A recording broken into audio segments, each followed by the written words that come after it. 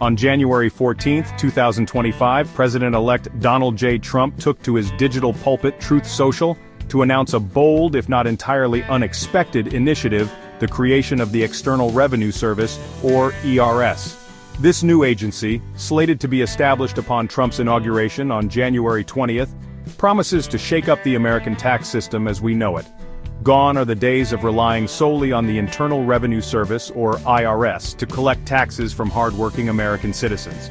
Trump, never one to shy away from a self-proclaimed paradigm shift, declared that the ERS will usher in a new era of fiscal policy, one where the burden of funding the government falls squarely on the shoulders of foreign entities engaging in trade with the United States.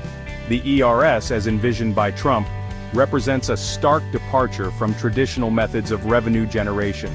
Instead of looking inward to the American taxpayer, Trump's gaze is fixed firmly outward, towards the global stage. His message is clear: if you want to do business with the United States, be prepared to pay a hefty price. This announcement, while met with predictable fanfare from Trump's base, has left economists and policy experts scratching their heads. The potential ramifications of such a radical restructuring of the American tax system are vast and largely unknown.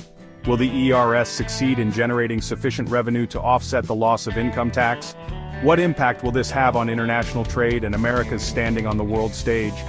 Only time will tell how this latest chapter in the Trump saga will unfold. One thing, however, is certain. The establishment of the ERS has the potential to fundamentally alter the relationship between the American government and its citizens, as well as its place in the global economy. The crux of Trump's ERS plan lies in a fundamental shift in tax philosophy. Why tax Americans when you can tax foreigners? This, in essence, is the driving force behind the ERS. By imposing tariffs, duties, and other fees on foreign goods and services entering the American market, Trump aims to create a system where the cost of doing business with the United States is borne primarily by those outside its borders. The logic, at least on the surface, is simple. By making foreign goods more expensive, Trump hopes to encourage American consumers to buy domestic products, thereby boosting American businesses and creating jobs. This protectionist approach to trade is a hallmark of Trump's economic policy and one that he has repeatedly championed throughout his political career. However, critics argue that this approach is overly simplistic and fails to account for the complexities of the global economy. They warn that tariffs, while potentially beneficial to certain domestic industries, will likely lead to higher prices for consumers across the board. Additionally, they argue that such protectionist measures could spark retaliatory tariffs from other countries, leading to trade wars with potentially devastating consequences for the global economy. Trump, however, remains undeterred. He views the ERS as a necessary corrective to decades of unfair trade deals that have, in his view, hollowed out American manufacturing and left the American worker behind. His message to the world is clear: the days of getting a free ride on the backs of American taxpayers are over. The creation of the ERS signifies a potential sea change in the American tax landscape. For decades, the IRS has been synonymous with the collection of federal taxes, its very name striking fear into the hearts of even the most scrupulous taxpayer.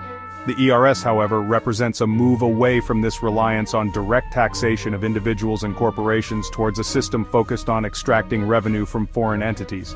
This shift in tax strategy is not without its potential pitfalls. Critics argue that relying primarily on tariffs as a source of revenue is inherently unstable and unpredictable. The amount of revenue generated by tariffs is directly tied to the volume of trade, which can fluctuate wildly depending on a multitude of factors, including global economic conditions, political instability, and even natural disasters. Furthermore, shifting the tax burden away from individuals and onto foreign entities could have unintended consequences for American consumers. While proponents of the ERS argue that it will lead to lower taxes for Americans, critics counter that this will likely be offset by higher prices on imported goods, effectively negating any potential savings. The long-term impact of the ERS on the American tax system remains to be seen. However, one thing is certain: the creation of this new agency signifies a bold, if not entirely reckless, gamble by the Trump administration, one with potentially far-reaching consequences for the American economy and its place in the world.